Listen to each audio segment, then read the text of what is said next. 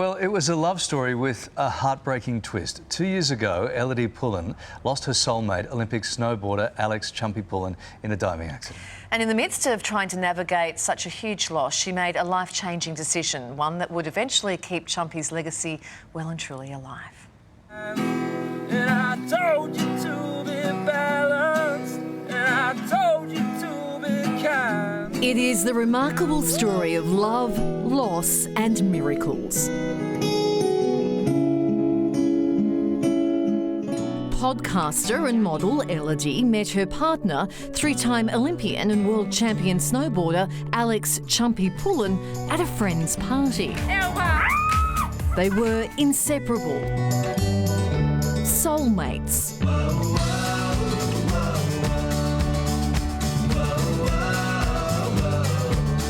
The couple had just bought their dream home on the Gold Coast and were trying for a baby.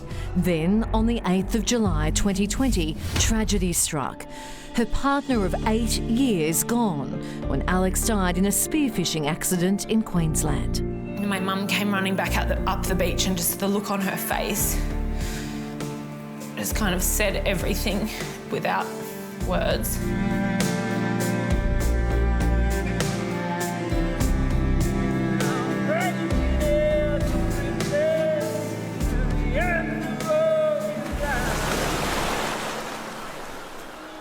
"36 hours after losing him, she was given the chance to keep a small part of Chumpy alive and made the life-changing decision to harvest his sperm posthumously. Then, 15 months after his death, a miracle. This is Minnie, Chumpy's daughter. Congratulations, Elle. It's amazing. All our lives we second guess. Putting pen to paper, Ellidy has written a powerful and moving memoir called Heartstrong, sharing her story of grief, joy and how she's carrying on Chumpy's legacy with their beautiful baby, Minnie. I would do it all again.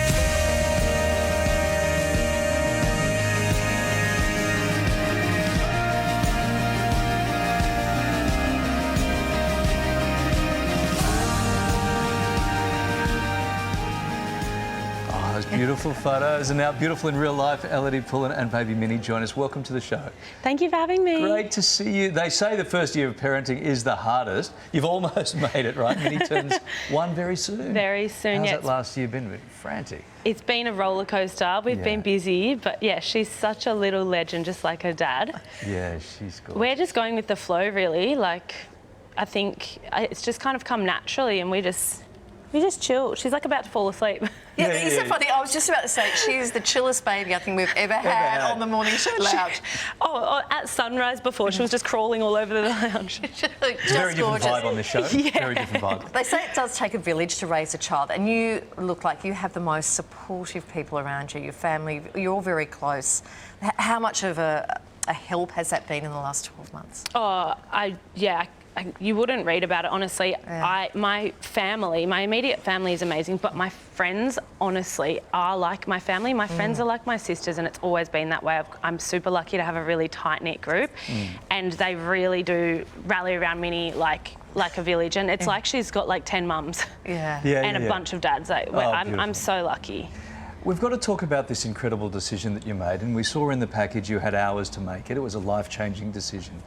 Was there ever a question, or you just knew that's what had to happen, I have to get this done?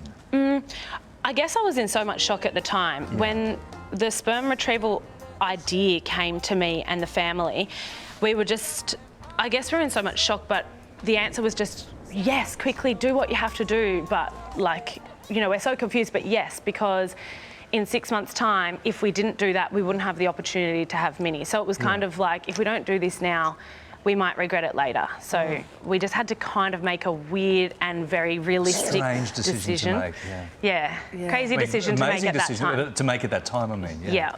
So much positivity and so much love in your life, and you talk about your extended family and your close family. There is that piece of the puzzle that is absolutely missing. How do you get through the days? You're busy, you've been writing books, you've got the baby. Life is busy, but I think I guess the worst possible thing you could imagine happened, and then the best possible thing has come from it. Like, I mean, look, I don't think too hard. I just take every day as it comes. We just go with the flow, and yeah, it's an absolute roller coaster. The grief really comes in waves. And now that I'm so busy with Minnie, I guess the waves do, and this is what I say to other widows or people grieving that reach out to me, like, I hate hearing that time does heal, because at the time you're just like, don't tell me that, I don't, like, it's just the hardest thing to hear. But it is true, the waves kind of get longer apart and further apart each time, and time really does heal a little bit. What would Chumpy think about all that you've overcome? He was a true champ. Looking at what you've done and how you've taken over and are so in control, what would he make of that? Funnily enough, he was definitely the public speaker. He was the one who was going to start a podcast. He was going to do keynote speaking. Well, he already did that. He was kind of like this front and centre. Like, he would be the one going on the news and things for his snowboarding, and that just freaks me out completely. But it's like when he left. The fact now that you're doing it, like, I know, it's crazy. It's something I never ever thought I would do, because I've always been so shy when it comes to this stuff. But it's like when he left that element to me or something. Or I think when you go through something so crazy, I'm so much stronger now, and I've grown so much. It's just forced me to become a better person and treat life differently. And if I can help other people grieving, or teach or show people how they can celebrate a life that's no longer here and keep that person alive, or normalise talking about grief, I do that. And there's been countless other people come to me after their partners have died and say, thanks for sharing your story, because I've now been able to retrieve my partner's sperm and I'm trying for a baby, and la la la. And it's maybe a process people wouldn't have I mean, heaven forbid you ever have to think about it anyway. Yeah, but no one knows about it. No one knows about it. I wouldn't have known about it if it hadn't been that my friend randomly heard about it one time and just asked us. Yeah. But when people talk about legacy and gifts, like, that's his gift to you. Absolutely. And this little poppet is she's his twin. Yeah. Is she? You say that? Is she? She's exactly him. She literally has his exact eyes. Gorgeous. How proud of you of putting pen to paper, because you got a lot going on, and we just heard from our last guests, Brittany and Laura. Like, this is a big gig to sit down and write a book. It is, and thankfully I had Ali Pascoe help me write the book. She would come and stay with me, and we would go over everything. We looked through Chumpy's journals, and we rehashed our whole life together, which was super therapeutic and hard. There was obviously really difficult moments, but I think when you tell a story, you kind of have to tell the whole story. Did you want that? Are you going to be a YouTuber? You know what? It's research notes, and I never read them anyway. That's so true. A necklace? You've got a necklace? Oh, this is Chumpy's fingerprint, this one. Oh, wow. Yeah, so my friends... How did that happen? My friends organised this, I guess... Yeah, there's a company called Ribs and Dust on the Gold Coast, and they do impression fingerprints. So they do a lot of...